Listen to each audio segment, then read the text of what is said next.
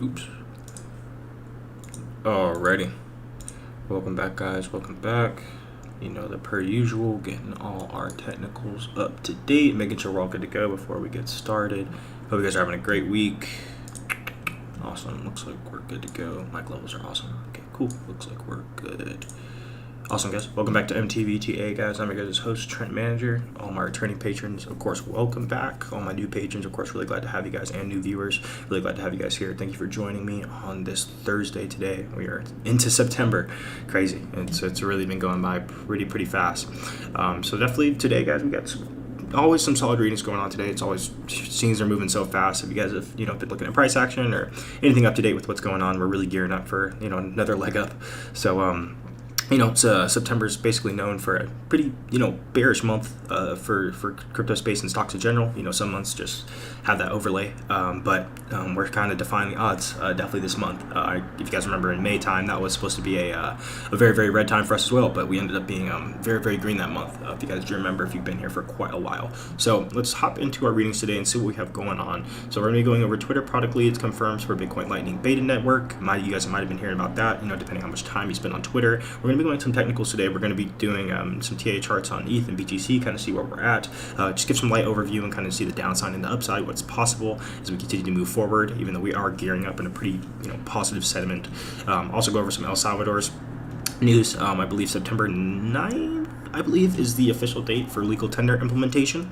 So ATMs, I know they had a couple thousand ATMs rolling out. They're really gearing up, got all their paperwork ready to go, and this is kind of another implementation for legal tender and another great step. That's going to be big influential for a lot of individuals, a lot of other smaller countries around the world. So props to El Salvador for making that first major step. It's not always easy being the first, and no one wants to be first and no one wants to be last. So that is just a very, very true fact. We're going to be over Nexo, BlockFi, and Voyager. We're going to also kind of just lay down some extra rules, not really rules, but lay down some extra ideas for passive income. If you got cryptos, any sort of extra currency that you don't know what to do with, you can park them on Nexo, BlockFi, or Voyager. I got my referral links below if you want to use mine. That's always real helpful. We both get rewarded on that. So that's always a real good one. Our 12% APY on stable coins, Bitcoin like 8%, Ethereum another 8%. Pretty good rates. Nexo is very, very good. I'm definitely not disappointed with those APYs at all. And also we're going to go over some Chainlink news as well as some small DeFi news as well. So let's get right into it.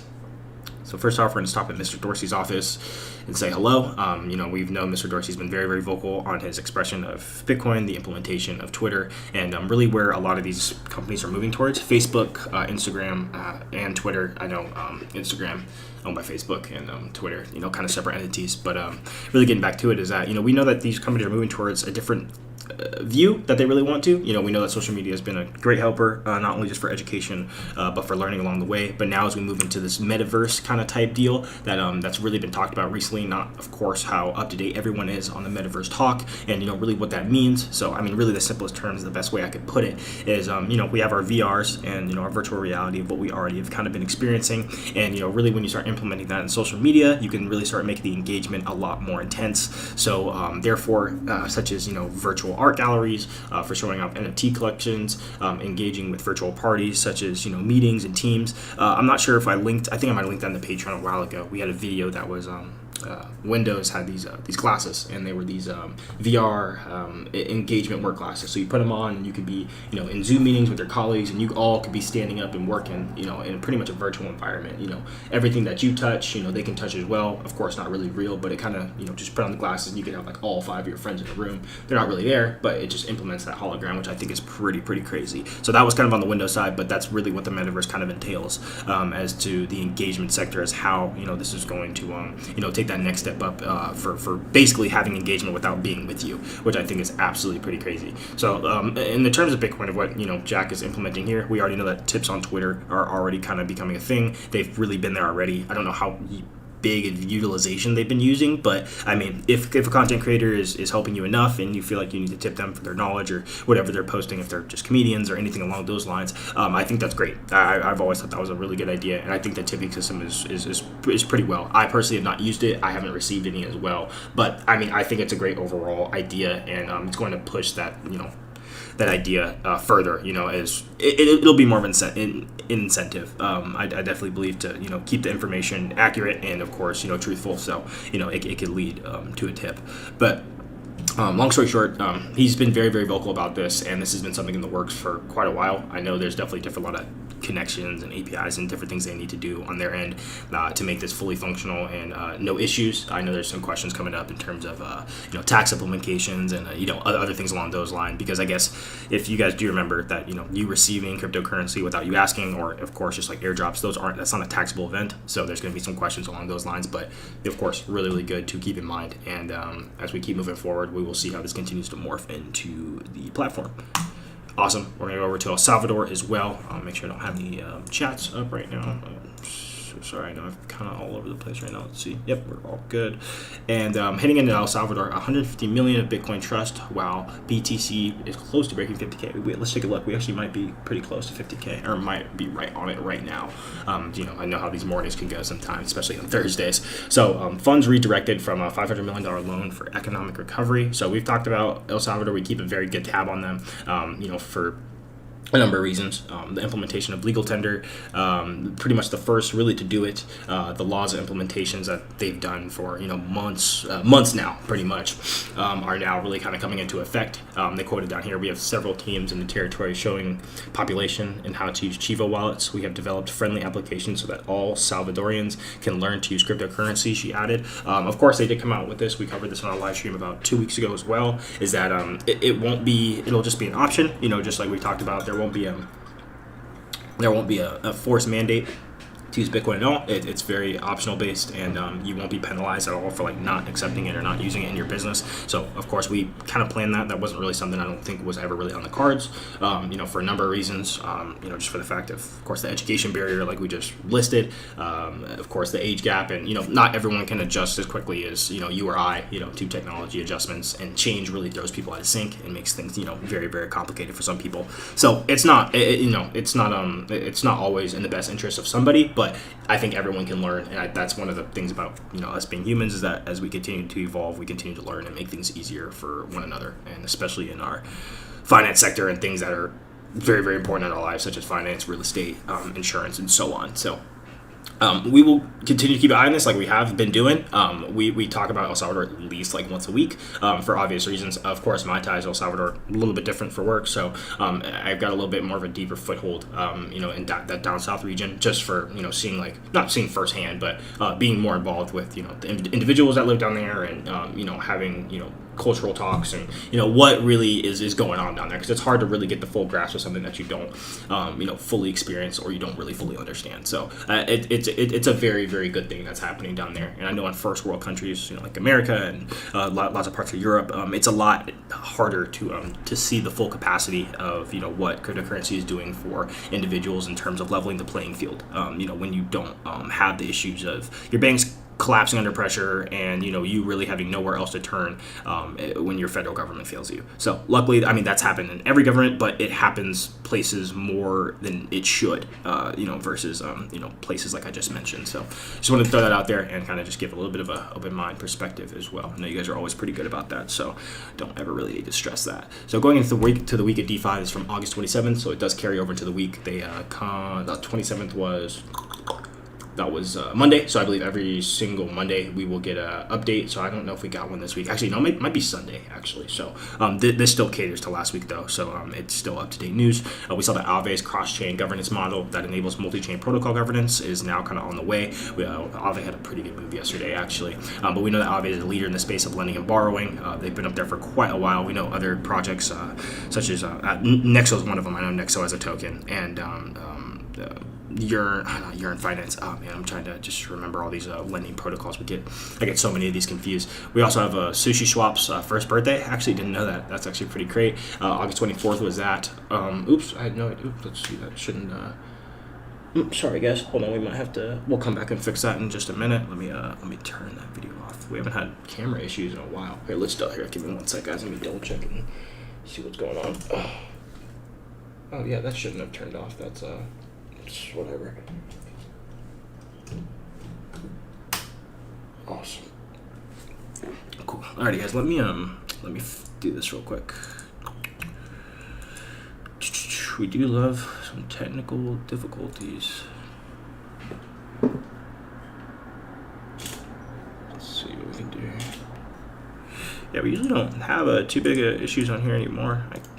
Let's see what we got. Let's do remove, and then let's add video device. Let's see. Yeah, we haven't had a video issue in quite a while, actually. So let's see. We might have to close OBS. I'm not sure if that stops the streaming. No worries, whatever. We'll just continue without it. It's not a super big deal. I just don't know if it's gonna stop the stream if I close the OBS. But no worries, it is what it is. So we'll just continue. So going back to SushiSwap's first birthday, another great thing to see. We know SushiSwap took a big market share of Uniswap over the coming months to years. So I don't use SushiSwap a ton, but I know a lot of you guys do. So that's always a really good one. PIF network, of course. High-fi prices to build the future of finance.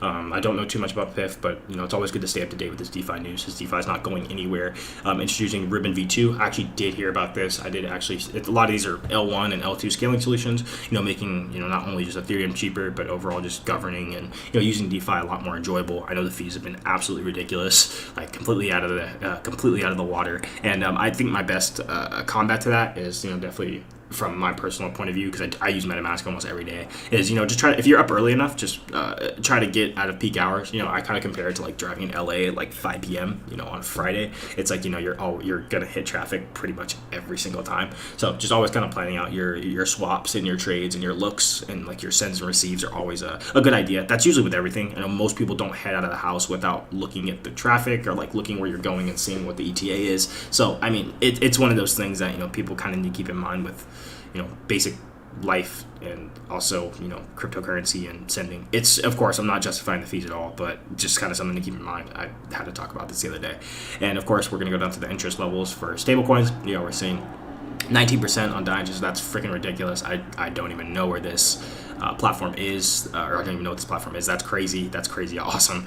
I'm sorry. That's the borrow. That's 19%. That's not lending. Goodness sakes. I was about to say that's a lot. USDC as well. The lending rate 6%. Tells you all kind of what some of the top lending platforms are right now. And I can't tell you like how if you guys have extra cryptocurrency or any stable coins, parking them inside these lending platforms to earn 7%, 8% APY. Like it's so nice. It's such an underrated tool that I don't think people use enough. And I really want to stress that if you have extra cryptocurrency that's just sitting on the exchange and you don't know where to put it, open up an account and have it lend it out and earn that passive income.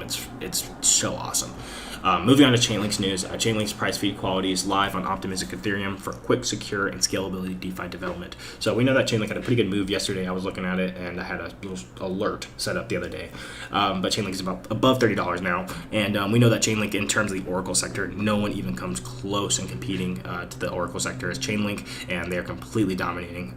This is a quick little roadmap. I mean, I've shared this before, I believe, but just some quick little inputs and Optimistic Ethereum network connections and outputs, kind of just showing how how Chainlink governs outside live data. So you can see just going from one the Chainlink network to optimized Ethereum network, and then of course the Chainlink network is pulling all that outside data into one, therefore making it live refreshing and so on. So we talked about Chainlink. We haven't done a really high in-depth version of Chainlink. I use it for work quite a bit. It's very, very helpful in terms of, like I said, pulling live data, implementing and connecting, live API keys. And usually the biggest hiccup we have and why this is so important is that we cannot usually at all pull live data from the outside world and implement that inside our smart contracts and have those connections still be valid. So usually when you're implementing something on your desktop, just some food for thought, is that you need to have that local data and live data transmitted on your local EVM machine, so your Ethereum virtual machine, and then therefore it needs to remotely combat that. So you can't pull the the time from Beijing and have that update live without having that on your original EVM machine. So I know that sounds confusing. I know that it applies better to live data such as weather and supply chain and other things along those routes. I'm just kind of picking my words carefully. Don't want to be confusing. But that's really where the layout definitely shows its strengths. So it even has a little description here about Chainlink. And if you're definitely more interested, I would definitely recommend joining the Discord and also just doing your own due diligence on Chainlink. I'm a big believer. I have a good stack of Chainlink sitting on the side right now, just for the future, as this is a very, very educated bet in my book, I think. So awesome, guys. So we're gonna move over to Nexo as well. We're gonna kind of show some math and kind of see what you guys could be earning just from parking your extra crypto inside Nexo or any other lending platform as well. I got those links down in the description if that's something you guys want to sign up for and do. And then we're also going to be going over the TA charts as well, kind of looking at where we're sitting at, having some market sentiment and really see where we can be moving going forward as things continue to heat up. So let's start with let's take off some of these. Let's take off some DAI just to make this easier. Interest intervals. Let's do. We can do like a month, a year here. We'll just play around. So APY, I think is that what it sits at for right now. So that's still pretty good. So let's do let's say you got like $2,000 in BTC. So let's see. So calculator. Oh, maybe this is intervals. Let's do a day. My holdings. Here, let me see. I might have to play with this. Let's see, 2,000 earned coins, earned USD. 200. Oh, this can't be right. Hold on. Let's see. Oh, maybe this is the wrong calculator. Hold on. I think we got the wrong calculator. My bad, guys. I'm so sorry.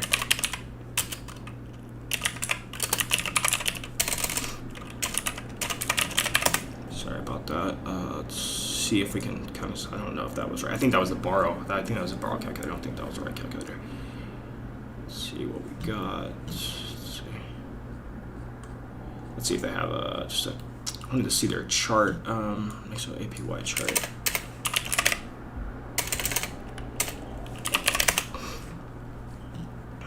Let's see, do they have just I had this pulled up earlier, I don't know why, I wanted to make sure that was the right one. I might just have to come back to it. Let's see, next on interest rates, let's see.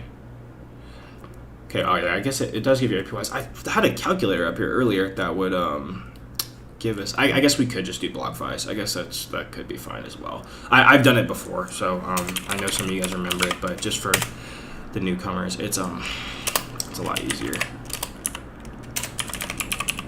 So yeah, I guess we'll do BlockFi. So whatever, and then we can you guys can kind of just do the rough estimates. It's not the biggest deal. I'm really surprised. I don't know where that went, where that calculator went, but no worries. So USDC, even just parking something like $2,000 in there. Let's say we could, you can play around with the sliders and can really see what's possible. 1 year, park that in there, 159 extra a year. It may not seem like a lot, but I mean, of course, if you really do think about it in retrospect, over the months and years, you're basically not doing anything. You're just parking your money in there, and it's just sitting there. Your money's making more money. That's they're little employees, which I always think is pretty cool. So I mean, even we can just go up. Let's just play with like $10,000. You can easily just say 10, leave that in there for a year, an extra $800 a year. Break that down. Like let's see what that is a month. May not seem super crazy, but I mean it's still pretty cool, I believe. So divide that by 12. Whoops, I'm so sorry.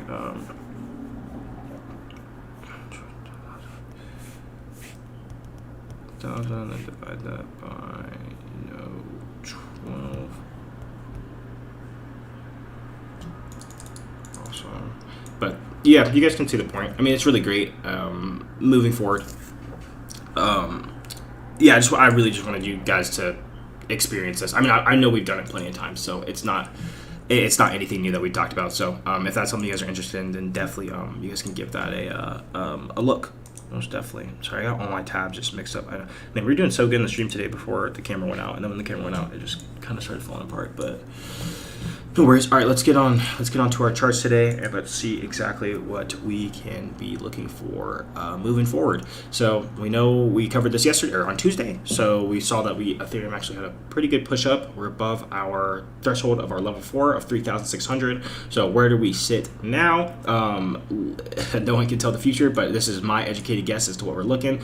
As we talked about on Tuesday, we have these kind of lull moments of like intervals to where, we range sideways for, 15, 12, sometimes longer. 23 was our last one. And then we kind of had that major push up, and then we'll go into the Bitcoin chart here. And guys, Bitcoin still does correlate pretty much everything in the market. So where I could see us going from here, I could definitely see us going to test all-time highs here, over the weekend. I could definitely see 4K coming in pretty quick. And if the breakdown does come, of course, we could possibly test that EMA line. Of course, we could definitely test 2,600. That would not be uncommon as well. I could see us even, possibly even quickly selling down back to 3K. If that's sentiment that we don't prepare for, does happen. I know that bug exploit that we talked about on Tuesday as well didn't really have too much effect on the price at all. It wasn't anything major. It was something that we knew about for a while. Devs knew about it from August 23rd. That, like I said, it was anything new. So. And on the upside, we could see 4K, 4K plus all-time highs is sooner than we think. So definitely just hanging tight and kind of seeing what today brings. And of course, Friday, we know we have a long weekend this weekend. Labor Day is this weekend. So traditional markets will be closed. Why is this not deleting? Traditional markets will be closed this weekend. So we will not have, okay, why is this not? Okay, jeez. All right, let's, goodness sakes, TradingView is just giving me so many issues these past couple days. But let's hop over to BTC as well. I did actually chart out kind of a future prediction. I took the move that we had from September, actually end of December, and I brought that back all the way to about September time, I believe, if I remember right. Kind of mimicking the cycle that we had from about trying to be as accurate as I can without zooming in too much. So from about 12,000 to about end of January. So about that 41K move, I plotted that and moved that into our BTC chart. So if you kind of just level it up, you can, we can even move it if you want. You can see different scenarios. This is all just, of course, educational guessing, but this is truly what I could estimate could happen if I line it up. So not saying this could happen. I could definitely see us getting to 50, getting really bad rejected, falling down, chopping up for just a little bit. Even I know we've been chopping for quite a while, but just to get that extra security, I kind of think about it like a rubber band pulling back. The further you pull back the rubber band, and you let that kind of spring up, and the longer you hold it there, it's going to get more tense, and then of course it's going to fling further than it would be if you just kind of pull it back, hold it for 2 seconds, and then launch it. So that's what I kind of think about the rubber band calluses. Ending us in January 2022. I just like being conservative. This is by no any means crazy price prediction. I just think the longer that we continue to move steadily instead of parabolic, that's going to ultimately bring us a lot further. So definitely just my ideas on the charts. I'm DCing regardless. I've never stopped at R-cost averaging. That's always been a thing of mine, and I hope that you guys are too. So it just makes the ease so much easier. You don't have to time the bottom and the top. You buy $150, $2 every single week, once a week, every single day, whatever works for you, and you can just sit back and relax and just watch things really play out. So that is really it that we had for the charts today. We will see how things go today, and we will definitely be reporting, and I'll be talking in the Patreon and posting to see how things can continue to go. So other than that, guys, that is all I had today. I apologize for some of the technical difficulties. I'll have to look at DSLR cameras and take a look at what happened with our other charts and so on, but usually it goes pretty smooth, as you guys know. So thank you guys so much for chiming in today. I really appreciate it. I will see you guys on Tuesday and possibly this weekend as well for updated tutorials like usual. Share this with friends or family or anybody you believe who would value from this information. So thank you guys so much. I will see you guys in the